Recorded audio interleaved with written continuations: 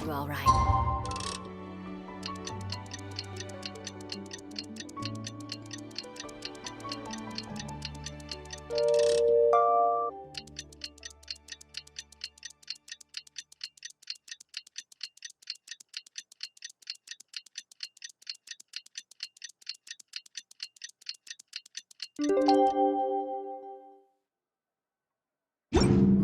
Ma. I see. Thank you so much. The Adventurers Guild has been overwhelmed these days. No worries at all. We've always valued the strength of adventurers. Given the current situation, it's vital that we all work together. Since we're facing the same enemies, I'll send you the intel we've collected on the Abyss so far. Then we can take a look at how to coordinate our efforts. All right. Thank you so much. Hi, Catherine. It's us. Got any new commissions? You two have come just in time. I've got some good news. The Pyro Archon has finished assembling her forces and stationed them all across Natlan. Given how the Abyss has ramped up its activities lately, we can no longer afford to act only after receiving news of an invasion. So the Pyro Archon suggested that the Scions of the Canopy and the Adventurers Guild focus on collecting and disseminating intel. That way, we can stay informed of everything that's happening across the land.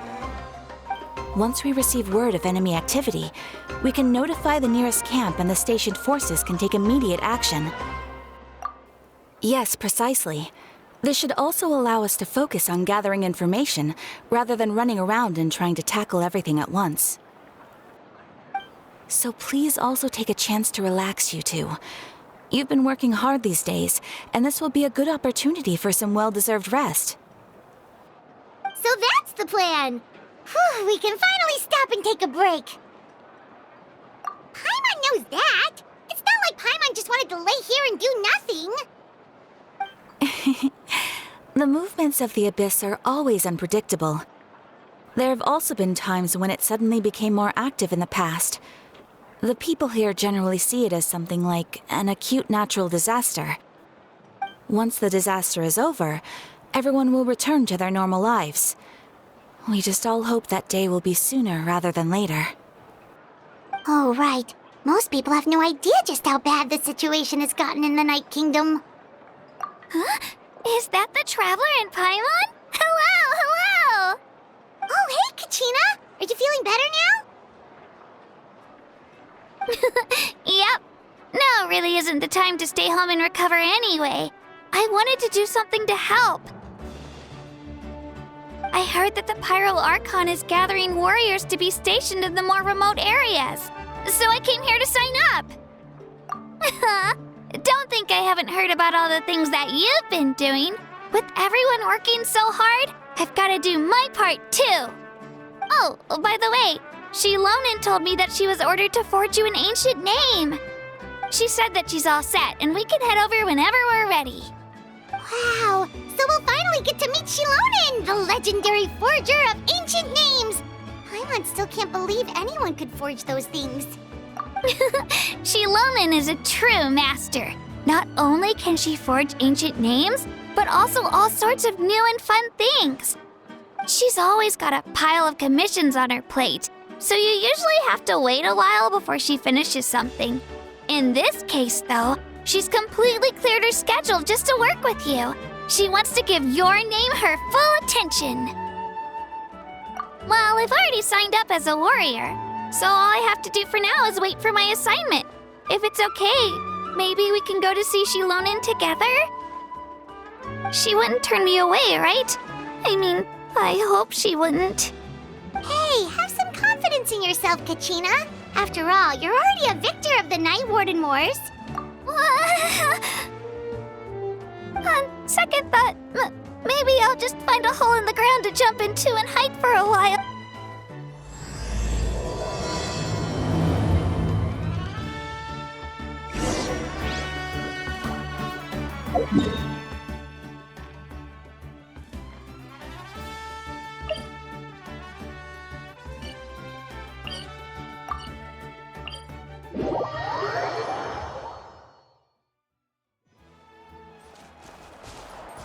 More speed.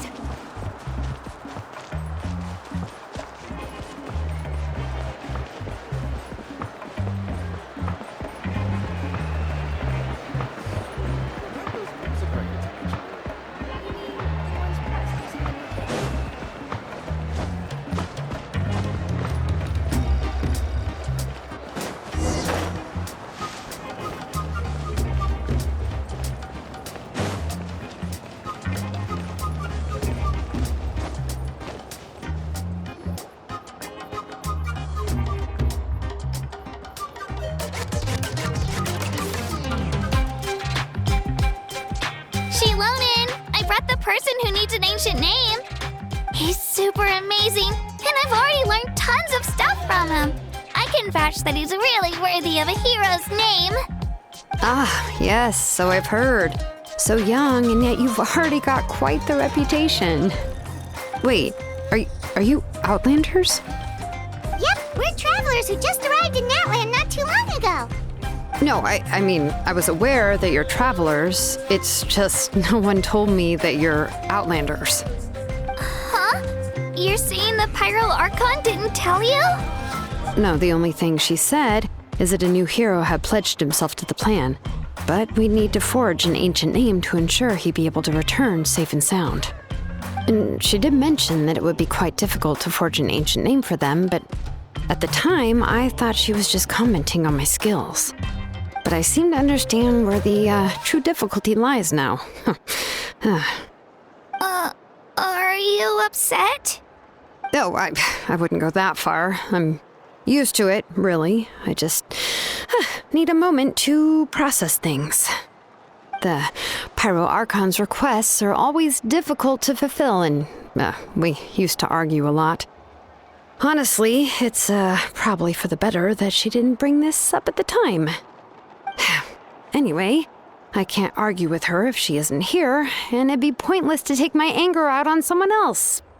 But, just because I understand her rationale doesn't make me any less upset. After all, she must have known that forging an ancient name for an Outlander is an impossible task. It's impossible? As you probably know, an ancient name is a symbol of a hero's spirit and glory, which grows even richer and heavier as generations of successors inherit it. We forge ancient names by engraving the heroic deeds of an individual who will become the first hero of that particular name. Yeah! I saw countless feats recorded in their adventure handbook. It felt like they could do anything. But they were all performed outside of Natland, correct? Yeah, that's right. Then those deeds haven't been recorded by the Night Kingdom. To take it one step further, even if you had performed heroic deeds in Natland, as an Outlander, your actions still wouldn't have been recorded by our lands. Only memories and experiences that have been acknowledged by the Wyab can be used as a basis for an ancient name. Even the greatest of craftsmen cannot create something out of thin air, you know. That's just how it is. Seems the Wyab don't want just anyone to get a name, huh? Mawika, of all people, should know better than anyone, yet she's still entrusted the task of forging the ancient name to me. Oh, Paimon gets it. Nobody's happy being asked to do the impossible. Why do I feel like this has happened before? I think last time, Shilonen just ended up running dozens of laps around the hills nearby. Ugh, don't remind me. Let's just focus on how we can pull this off. How to achieve the impossible. You mean you're already willing to accept the task? Well, what else can I do? What's happened is already done, and it's not like I can outright defy the order of my Archon. If she gave me this order, then she believes the ancient name is an indispensable part of her plan, and that I'll be able to find a way to make it happen. In other words, the order is an affirmation of my abilities. Whoa, not only has she accepted the task, but now she's looking for silver linings? Yeah! Let's see if we can find some special way to pull this off. If we really can't make it work, I'm sure we can still go back and talk to the Pyro Archon, right? The key is getting the Wyab to somehow acknowledge the traveler's existence and record his heroic deeds. We heard the voice of a Wyatt when we were in the Night Kingdom before. We even had a whole conversation with her. If we can talk to her again, maybe we can figure something out together. Well, every tribe has their own Wyatt. How do we know if the one you met is indeed the best one for us to talk to? Plus, considering the unprecedented nature of this situation, I have a feeling that the acknowledgement of one Wyatt alone would probably not be enough. I don't know. That requires a level of knowledge that I do not possess. We need to find a consultant who's an expert on all things Night Kingdom and Wyatt. The first person who comes to mind is Lali at the Masters of the Nightwind, the one we call Granny Eatstali. Oh, we've heard that name before. We used her spirit speaker stone to find Kachina's ancient name. A person who can make something like that must be pretty impressive. I'm unsure she'd be able to help. Still, she's older now and quite eccentric. It's hard to even book a meeting with her, given that she's constantly holed up in her room and doesn't like to be disturbed. I've heard that to get her help, you have to be extremely patient with her and know how to keep her spirit up. I hate to break it to you, but... Huh. Why is that? I mean, didn't she already help you before? And you even managed to save Kachina. Well, yeah. At the cost of her spirit speaker stone being split into two. Huh? Great going, Moeka. We're already off to a rocky start here. In that case, I guess your only option is to try to emphasize that this is an important order from the Pyro Archon. Hopefully, Lali would still want to show respect to the Archon. I'll also write you a letter on your behalf. If you can find someone to deliver it and mention some good things about you, then that should help too. Oh, let's ask Kanich to deliver the letter. He understands the whole situation and is already a familiar face to her. Paimon sure hopes a Hal won't interrupt when he's talking, though. All right, Kanich is a seasoned negotiator. I trust that he'll know the best things to say. Great. Then I'll go contact him right now. Please just give me a moment to write the letter, and we can meet up near the Statue of the Seven later. Sounds good. We'll take a stroll in the meantime.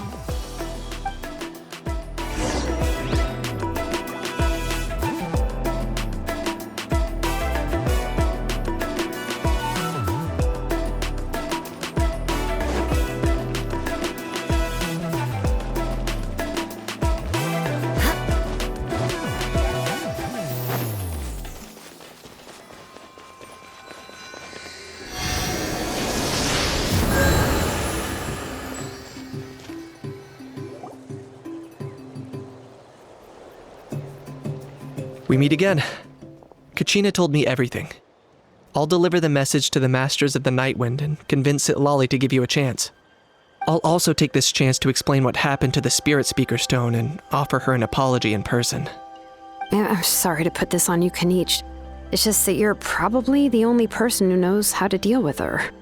It's alright. We're all working for the sake of the Pyro Archon's plan, after all. Everyone here understands how dire the situation has become. Oh, wait, so Kachina and the Traveler also know about the plan? Because we all saw a hero of the past rematerialize right before our eyes. And then Mualani said that a ton of knowledge and memory suddenly flooded her brain. The Pyro Archon explained everything when we came back from the Night Kingdom, including the reason behind the appearance of the hero, as well as the current state of the Night Kingdom. Right. She mentioned there are 6 heroes and that Shilonen is one of 4 that have already been acknowledged. Oh, well, then I suppose there's no need to keep any secrets between us. Having companions walk by your side is perhaps the best solace when facing such a bleak reality. I have another piece of intel to share. We've pretty much identified the person who rescued the captain in the Stadium of the Sacred Flame. His name is Auroron, and he also hails from the Masters of the Nightwind. However, he spent most of his life living out in the wilderness by himself, away from the rest of the tribe. That's why his disappearance went unnoticed. By the time Lali finally realized that he was gone, No one had heard from him for quite a while. Seat Lolly knows him too? That's right. Auroron was an orphan raised by the chief of the Masters of the Nightwind and many other kind-hearted people in his tribe. Still, he's had something of an odd reputation his whole life. Odd, huh? Given how the Masters of the Nightwind love to babble about dreams and revelations, they're already a pretty strange bunch to most. I've never met Auroron, but if they consider him the odd one, he's got to be pretty far out there. That's right. So in that sense, Auroron and Citlali actually have quite a bit in common, which is why they get along pretty well. Makes sense. But Paimon wonders how Seat Lolly could be the first one to notice Auroron's disappearance if she spends the whole day in her room.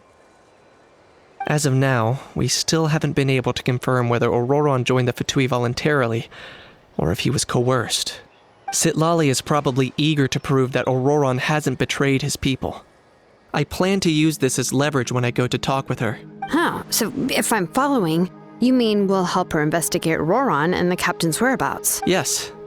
If you're all on board with the idea, then it becomes a mutually beneficial collaboration, rather than just a one-sided request. Even though I don't think Citlali is the kind of person to turn down an order from the Pyro Archon, working together with us will help her focus and not get distracted by the whole Auroron situation. Yeah! Plus, we kinda owe her one anyway to make up for breaking the spirit speakers down. This is a pretty well thought out plan, as expected of Molly Poke Nietzsche. Then, yeah, I'll leave my letter to you. Let's hope Seat Lolly can meet at the stadium in 2 days. Sure. I'll head out right away. Take care out there, Kaniche. I'll be heading back as well. There's still a few things I need to pack. Okay, then let's part ways for now. I'll see you in a couple of days.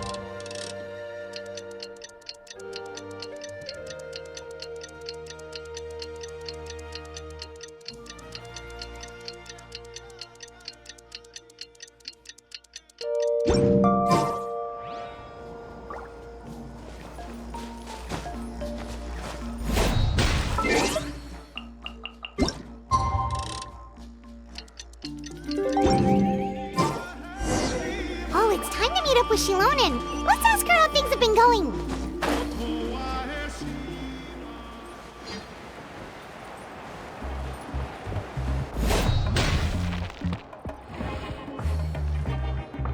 Hey, Shilonen, how's everything going? Oh, hi, Traveler and Paimon. I have bad news. Seat Lolly did not reply to our request, although I suppose I'm not too surprised. Huh? You mean she didn't even bother to give Kaniche a response? Guess she really does have quite the ego then. Yeah, well, she can be also quite eccentric, though she's one of the most gifted people around. Even the Masters of the Nightwind often struggle to work with her. My guess is that she probably has other reasons for not deigning us with a response. But let's go to the stadium and see if we can meet her there. If we do get a chance to talk to her in person, we can still try to work something out. That's true. Let's go!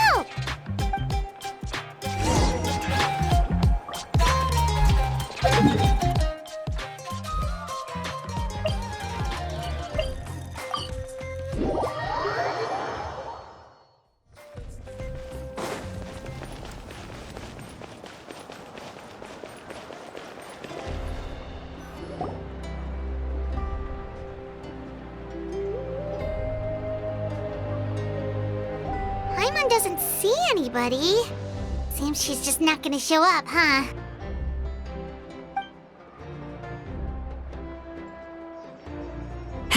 Well, we tried to be as considerate as we could, but she's under no obligation to help. That might be true, but this is still a request from the Pyro Archon, right? Shouldn't a subject always answer the call of their Archon?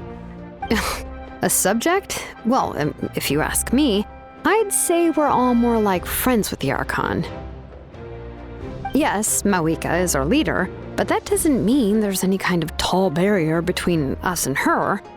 The only thing is that she often has very high expectations of us. Huh. So even though she's super powerful, it sounds like she's actually pretty down to earth and easy to get along with. Unlike that old hag Granny Eatstily, right? Does she think she can ignore us just because she's famous? You all talk about her like she's some kind of huge deal, but she didn't even bother to reply to our letter! Seriously, if she didn't want to come, she could at least let us know. If that's what aging does to you, Paimon never wants to get old. Oh, really? So, that's how you see me? Huh? Who's there? Who's talking next to Paimon? Oh, don't mind me. I'm just a disgruntled old hag, right? Come on, relax. I'm sure my bark's worse than my bite. Huh? See, Lolly. Wait, you're Seat Lolly? You're Granny Eatstily? Yes, Granny Eatstly. But emphasis on Eatstly, not Granny. You must know this trope from light novels, surely. They use it all the time. The young man who's actually the oldest person in the room. The girl next door who turns out to be a seasoned veteran. The wise sage who looks like a little kid. Oh, wipe that look off your face! You've seriously never seen an older lady that doesn't look her age? Okay, well, don't go thinking it's a trick either. See? I'm barely wearing any makeup. Did I forget to mention, she's called Granny, but she's actually pretty young. It was an honest mistake. I guess we've just gotten used to it. I'm sorry. So, how old are you actually? What? How dare you? Don't you know it's rude to ask a lady her age? Paimon really didn't mean to offend you, it's just that your case seems really unique. Oh, Paimon just wanted to apologize, but now she's putting more and more of her foot in her mouth. Really, Paimon just got a little mad since we thought, well, you were gonna leave us out to dry. It was my idea to invite you here, Seat Lolly. So if you're upset, you can just take it out on me. All right. I was only joking. I didn't mean to chastise anyone. There's really no need to take all this so seriously. If anything, I'm gonna feel awkward if we keep this going. I received Kenichi's letter and was planning to attend this meeting. Since I had already decided to come, I figured there was no need to draft a reply that simply said, "Understood." Besides, just showing up is the most important part. No? But, of course, it's also natural for people to get held up by one thing or another as they're trying to leave the house. It certainly was a bit awkward to see that everyone else had arrived before me. At first, I was thinking of quietly sneaking over, but since you were already here waiting for me, I started to think about how I should phrase my apology. Only to hear you all talking smack about me. Anyway, that's the whole story. Honestly, it's not like I owed you an explanation anyway.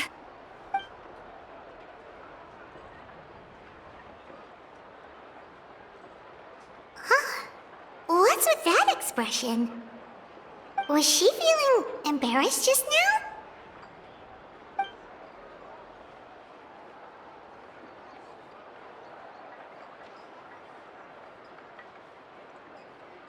When the Masters of the Night Wind say they struggle dealing with her, I wonder if the feeling is mutual.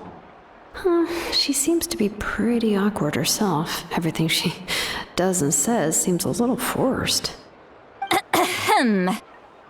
Anyway, Shilonen, I heard that you require my help in crafting an ancient name.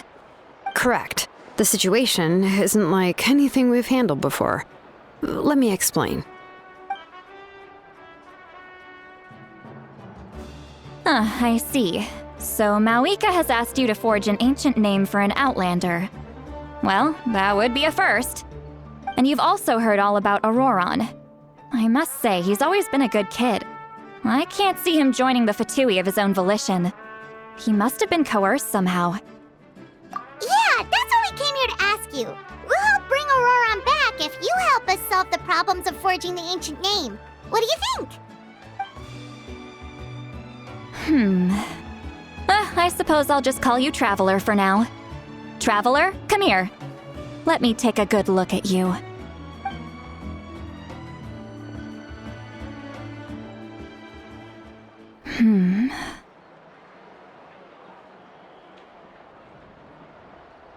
Wealth leads to unending conflicts between people. Yet you alone transcend the value of gold. Baleful thunder and wrathful waves bring terror to mortal hearts. Yet again and again, you've braved them to find new worlds. O weary yet free soul, even the most verdant leaf in the forest will pray for your happiness and safe passage. Those are all the things that I could see in you. You've experienced far more than even most mortals could dream of. You possess the heart of a sincere hero, along with the conviction to lift a torch above your head and walk headlong into the night. Huh? Don't move. There's something here. Huh? What thing? Don't scare Paimon. Is the Traveler gonna be okay? Shoo! That should do it. You've just returned from the Night Kingdom, so some fragments of souls were still stuck to your body. No need to worry. I've just cleared out the last of them. Isn't that kinda like having part of a ghost come back with you? It's nothing as serious as that. If left unattended, the most it could do is stir up some chaos in your mind, and generally worsen your mood. Well, in that case, better to get rid of them. It was nothing. Shilonen, let's follow your proposal. Once you've brought Auroron back, I'll take you to see the Lord of the Night. The Lord of the Night? But don't we need to talk to the Wyab of the tribes? Something this important is beyond their jurisdiction. Only the Lord of the Night can decide whether we can grant an ancient name to one who does not hail from our lands. The Lord of the Night is an ancient entity that rules over the entire Night Kingdom, constantly borrowing the power of the sacred flame to combat corrosion from the abyss. Oh, so you're basically saying it's even more powerful than the Wyab of the tribes. Well, that sort of makes sense, being the lord of the entire Night Kingdom and all. Not exactly. It's not so much that one's more powerful than the other. But never mind. That's not important. It would take too much time to explain. Just listen carefully to what I'm about to tell you. The Lord of the Night is currently in a deep slumber, and we can only communicate with its consciousness while in a trance. In other words, in a dream. But I will need to prepare a few more things if we are to hold a ceremony to achieve the state of the trance. I'll make a list. Can any of you get everything for me? I can go. It'll probably be a long list, so better leave it to someone who knows all the local vendors. Sounds good. Then we'll go with St. Lolly to track down Auroron. Phew, the Fatui are nothing to scoff at, so please, be careful during your investigation. If you need any help, just come find me. Yep, we'll be sure to play it safe.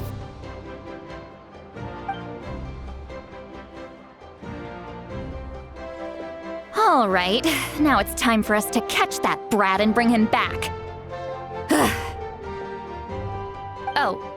I'm sorry I made you wait earlier. It was actually because I decided to swing by Auroron's place to look for clues. He has always lived alone, and I found a broken jar in his house. There was also something off about his phlogiston aphids, which I assume is because their keeper has been gone for quite some time. And interestingly enough, I saw some slash marks in the house. that did not match any of our local weapons. My guess is they were left by Snezhnayan arms. Oh, sounds like the Fatui broke into his house and took him hostage. But why would they kidnap a kid who just spends his days living in the country and raising aphids? He's only in his 20s. What would they want with him? That's not to say that I believe he's totally innocent, of course. Since he's the only one who was kidnapped out of everyone in Natlan, he must have done something to attract their attention. In any case, we'll get to the bottom of this once we manage to get him back here. I'm truly sorry to put you two through all this trouble with me. But please help me get him back. You can count on us! All right, then let's start by heading to where Auroron was seen last.